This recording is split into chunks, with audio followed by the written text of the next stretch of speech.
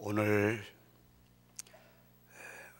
사망의 권세를 이기시고 무덤문을 열고 죽음에서 생명으로 살아나오신 우리 주 예수 그리스도 하나님의 아들이시요 하나님이신 우리 주 예수님을 높이 찬송합니다.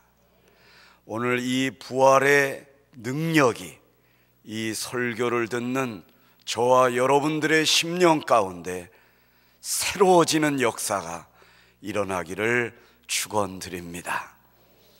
오늘 이미 제가 설교하러 나오기 이전에 대표 기도를 하신 분을 통하여 부활의 증언의 말씀이 있었다고 저는 생각합니다.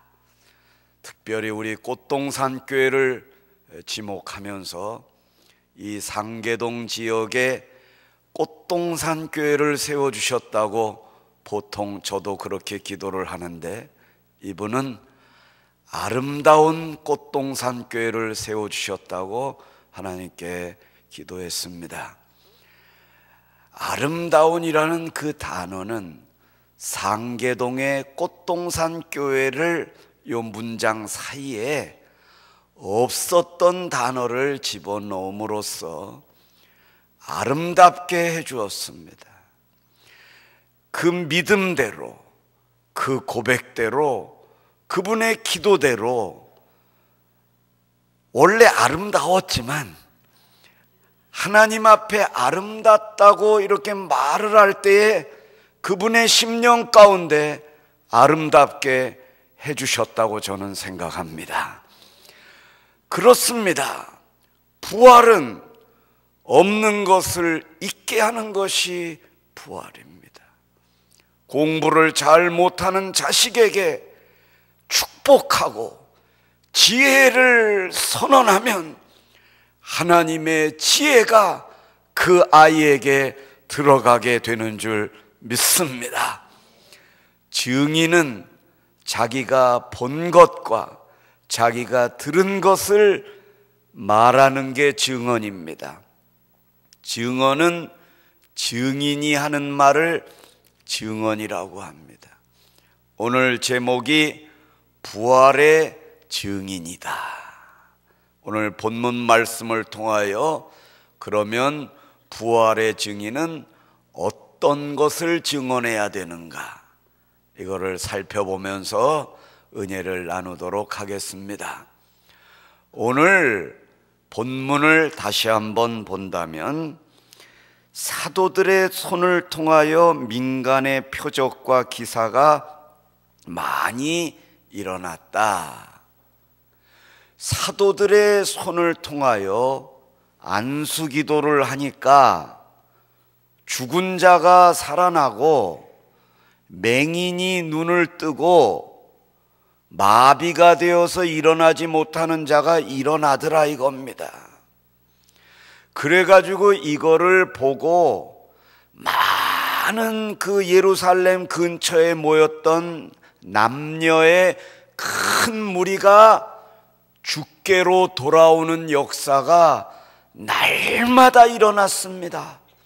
그리고 베드로가 그런 집회를 할 때는 한순간에 3,000명 정도가 회개하고 주님을 영접하게 되는 놀라운 일이 일어났습니다.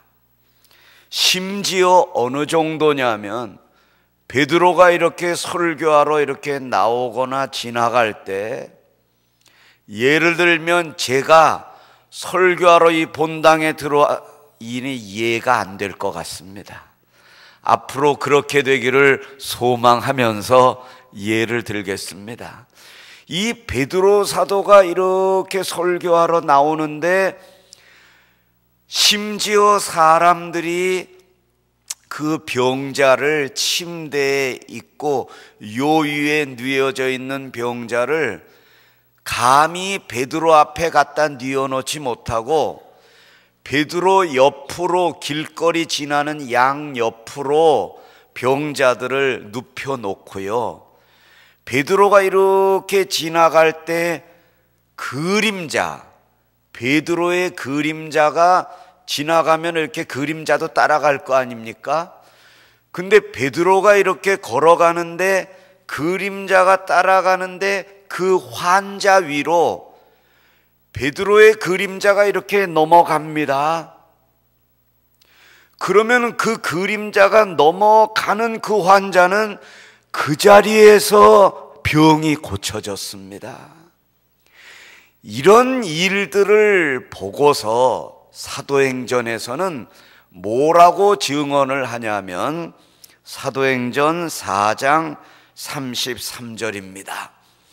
사도들이 큰 권능으로 주 예수의 부활을 증언했다. 증언은 말하는 게 증언인데 여기서 베드로의 그림자를 넘어가는 그 시체가 일어나고 맹인이 눈을 뜨고 하반신이 마비가 되어 있는 자가 일어나는 걸 보고 성경은 뭐라고 말을 하냐면 주 예수의 부활을 증언했다. 그러므로 오늘 제가 설교하는 것은 부활을 증언하는 겁니다. 그러나 이 증언이 온전하게 되기 위하여는 제가 설교하는 순간에 여러분 여기 가운데 병자가 일어나야 됩니다. 그리고 여러분의 모든 질병이 깨끗함을 낳게 되어야 됩니다. 그럴 때 내 설교가 여러분들에게 부활을 증언하게 되는 줄 믿습니다. 그런 역사가 오늘 일어납니다. 사도행전 2장 22절에 보면 이런 말씀이 있습니다. 이스라엘 사람들아 이 말을 들으라. 너희도 아는 바와 같이 하나님께서 나사렛 예수로 큰 권능과 기사와 표적을 너희 가운데 베푸사 너희 앞에서 그를 뭐 하셨다고 했습니까? 증언하셨다. 누가 증언하셨습니까? 하나님이 증언하셨습니다. 하나님이 증언하시는데 하나님이 말씀으로 증언하신 게 아니라 예수 그리스도, 여기서는 나사렛 예수라고 하셨습니다. 나사렛 예수는 하나님께서 예수님을 호칭하실 때에 나사렛 예수라고도 하시고 기묘자 예수, 전능자 예수, 우리의 왕 예수 이렇게 소개를 해주시는데 나사렛이라고 소개할 때는요 목수의 아들이다. 완전한 하나님이시기도 하지만 완전한 인간 예수, 인자, 사람의 아들, 나사렛 예수의 손길을 통하여 표적과 기사를 행하게 하심으로 그를 증언하셨습니다. 여기서 나사렛 예수의 손길을 통해서 이런 부활을 증언하셨다고 말씀하신 깊은 뜻은 목수의 아들을 통하여 내가 부활을 증언한 것처럼 의사의 아들을 통하여, 목사의 아들을 통하여, 집사님의 아들을 통하여, 장로님의 자녀를 통하여 부활을 증언하시겠다는 것입니다. 그러므로 오늘 이 자리에서 하나님을 예배하는 여러분들이 큰 권능을 받으셔서 오늘 이 예배 후에 여러분들의 손길을 통하여 우리 주 예수의 부활이 증언되기를 축원드립니다. 사도행전 5장 12절입니다.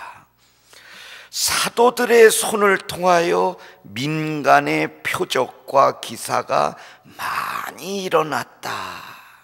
여기서 사도들의 손을 통하여와 민간의 요 사이에 뭐가 들어가야 되냐면 나사렛 예수를 통하여 큰 권능과 이게 들어가야 됩니다. 예를 들면 사도들의 손을 통하여 큰 권능으로 민간의 표적과 기사가 일어났다, 이거예요. 사도들이 한 게 아니에요. 사도들이 병을 고친 게 아니에요. 사도가 뭡니까? 사람인데 어떻게 사람이 죽은 시체를 안수하고 기도할 때 시체가 일어나게 할 수 있습니까? 사도와 그 표적 사이에는 큰 권능이 들어가 있는 것입니다. 그러므로 여러분들도 이 부활의 증인이 되시려면 그냥 선포하면 안 됩니다. 큰 권능으로 해야 됩니다.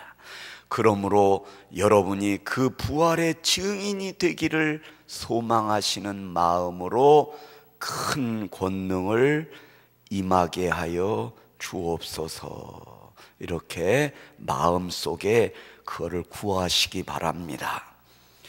그러면 사도행전 9장 40절에 베드로가 사람을 다 내보내고 무릎을 꿇고 기도하고 돌이켜 시체를 향하여 이르되 다비다야 일어나라 하니 그가 눈을 떠 베드로를 보고 일어나 앉는지라. 뭐를 향하여 일렀습니까? 시체를 향하였다고 그랬습니다. 시체를 향하여 다비다야.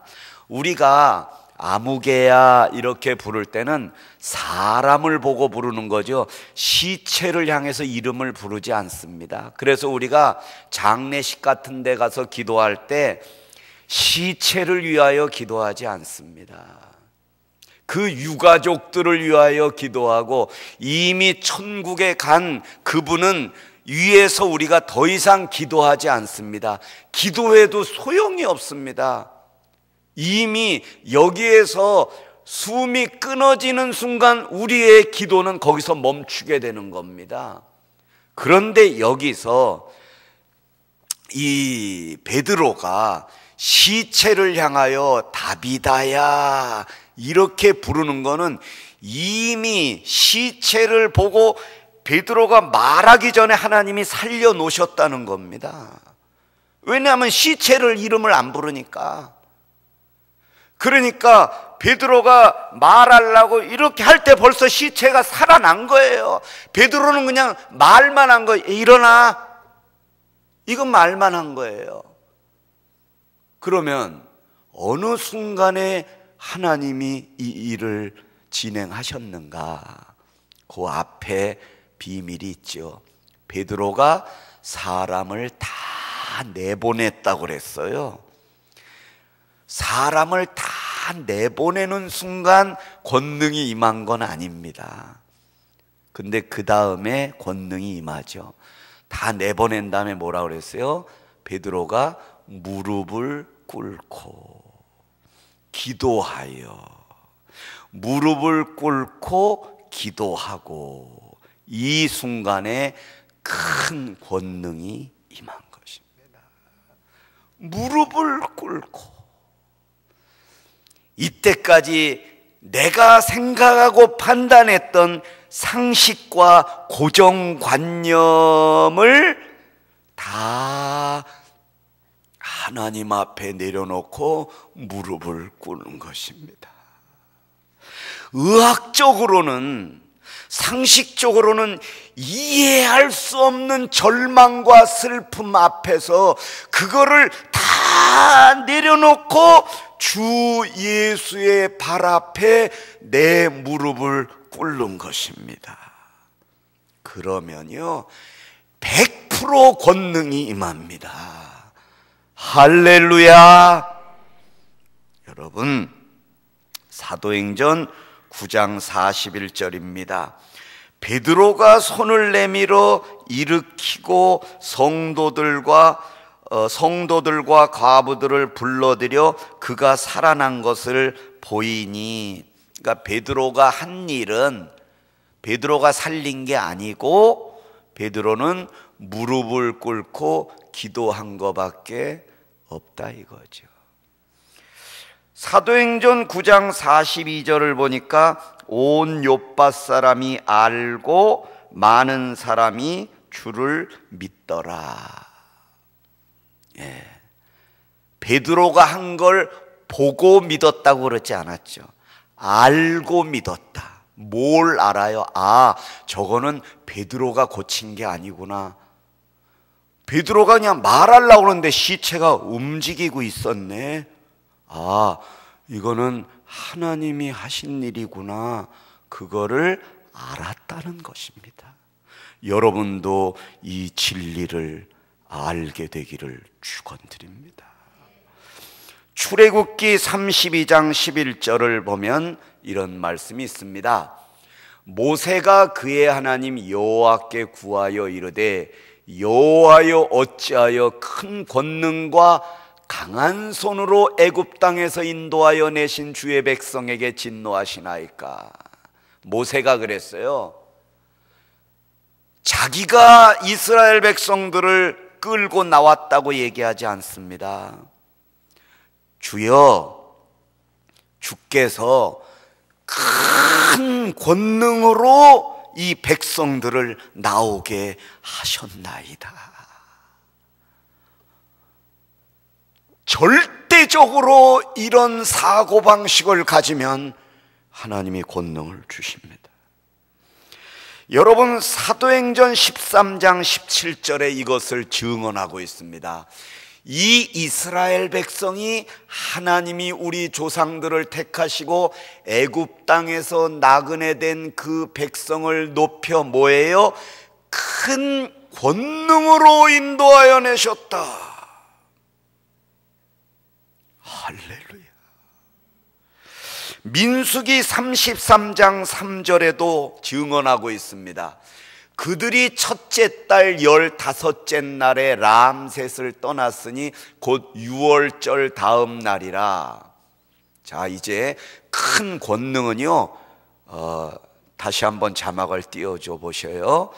이 큰 띄워달라고 그랬습니다. 예, 그 자막을, 그 구절을 다시 한번 띄워봐 주세요. 네.